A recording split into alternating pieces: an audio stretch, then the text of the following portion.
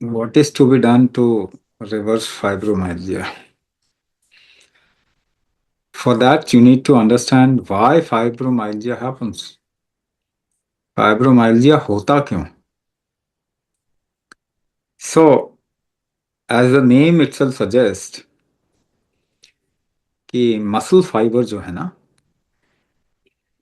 पहली चीज, the first thing is they dry up, सूख जाते हैं. So taking an example, you just pluck a stem of a tree. आप एक पेड़ का, हरे भरे पेड़ का एक टहनी तोड़ लीजिए और उसको लचका के देखिए. Just bend it so perfectly flexible. Keep it in the sun for 3 weeks and it will not bend. It will just break down. तो क्या हुआ? फाइब्रोमाइल्जिया हो गया. उसमें क्या हुआ? पानी उड़ गया. Now if the bodies water retention capacity, शरीर का पानी को रोकने की क्षमता अगर ठीक नहीं है, there are many many reasons which can contribute to lack of water holding capacity, but fundamentally जल तत्व दोष कहेंगे इसको. अगर जल को रोकने की क्षमता नहीं है आपके शरीर की, तो ये पहला रीजन हो गया. The second factor is there is a strength of your body through which the body actually maintains a structure. Structural maintaining strength है, इसे व्यान शक्ति कहते हैं. अगर ये ठीक नहीं है आपके शरीर में, then the structure of that fibre will be not proper.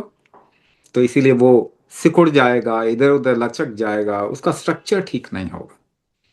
That is the second contributor to fibromyalgia. The third one is metabolic disorder. आपके शरीर की रीजेनरेटिव स्ट्रेंथ अगर ठीक नहीं है, तो फिर फाइब्रो, जिसे हम मेटाबॉलिक स्ट्रेंथ के साथ में जोड़ते हैं.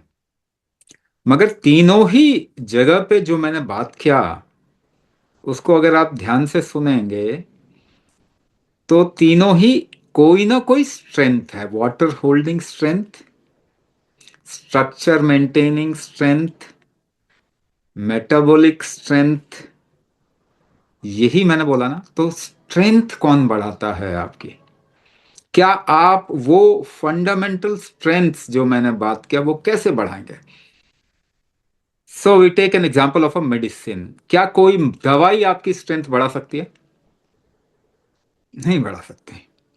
केमिकल दवाई, चाहे आयुर्वेदिक दवाई, वो आपकी स्ट्रेंथ तो नहीं बढ़ाएगी. स्ट्रेंथ के हिसाब से वो रिजल्ट देगी.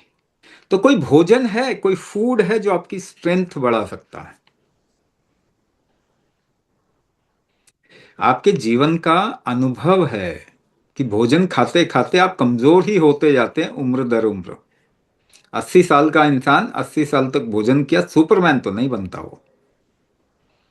तो फूड से स्ट्रेंथ नहीं बढ़ता, स्ट्रेंथ से फूड डाइजेस्ट होता है. जिसका जितना स्ट्रेंथ है, उतना मेटाबॉलिज्म या शरीर में वो भोजन का इस्तेमाल होगा. मेटाबॉलिक स्ट्रेंथ कहते हैं इसको. तो तीनों ही, जब हम स्ट्रेंथ की बात कर रहे हैं, तो मेडिसिन ठीक नहीं कर सकता. और ये हमारे पास में 100 साल का एविडेंस है. मेडिसिन से फाइब्रोमाइल्जिया, मेडिसिन से मस्कुलर डिस्ट्रोफी, स्ट्रक्चरल डिफॉर्मिटी ठीक नहीं होता है.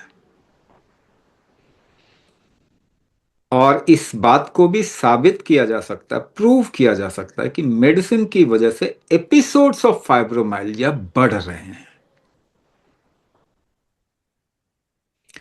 एपिसोड्स ऑफ फाइब्रोमाइल्जिया बढ़ रहे हैं. इसको बड़ी आसानी से प्रूव किया जा सकता है. तो मायोपैथी भी जब हम कहते हैं, तो वो मसल के साथ में ही है ना. मसल के साथ में इशू आ सकते हैं. देखिए, दो चीजें मसल के साथ में हो सकता है. एक होता है इन्फ्लेमेशन, है ना. इन्फ्लेमेशन वो भी मेटाबॉलिक वीकनेस की वजह से इन्फ्लेमेटरी मार्कर्स बढ़ जाते हैं शरीर में, है ना. जैसे यूरिक एसिड बढ़ गया किसी का, टॉक्सिन्स बढ़ गए बॉडी के अंदर, तो ये भी मेटाबॉलिक वीकनेस की वजह से होता है। दूसरा पक्ष इसमें एक और है, आपके बॉडी का डिटॉक्स स्ट्रेंथ अगर ठीक नहीं है, वो भी वापस से स्ट्रेंथ है।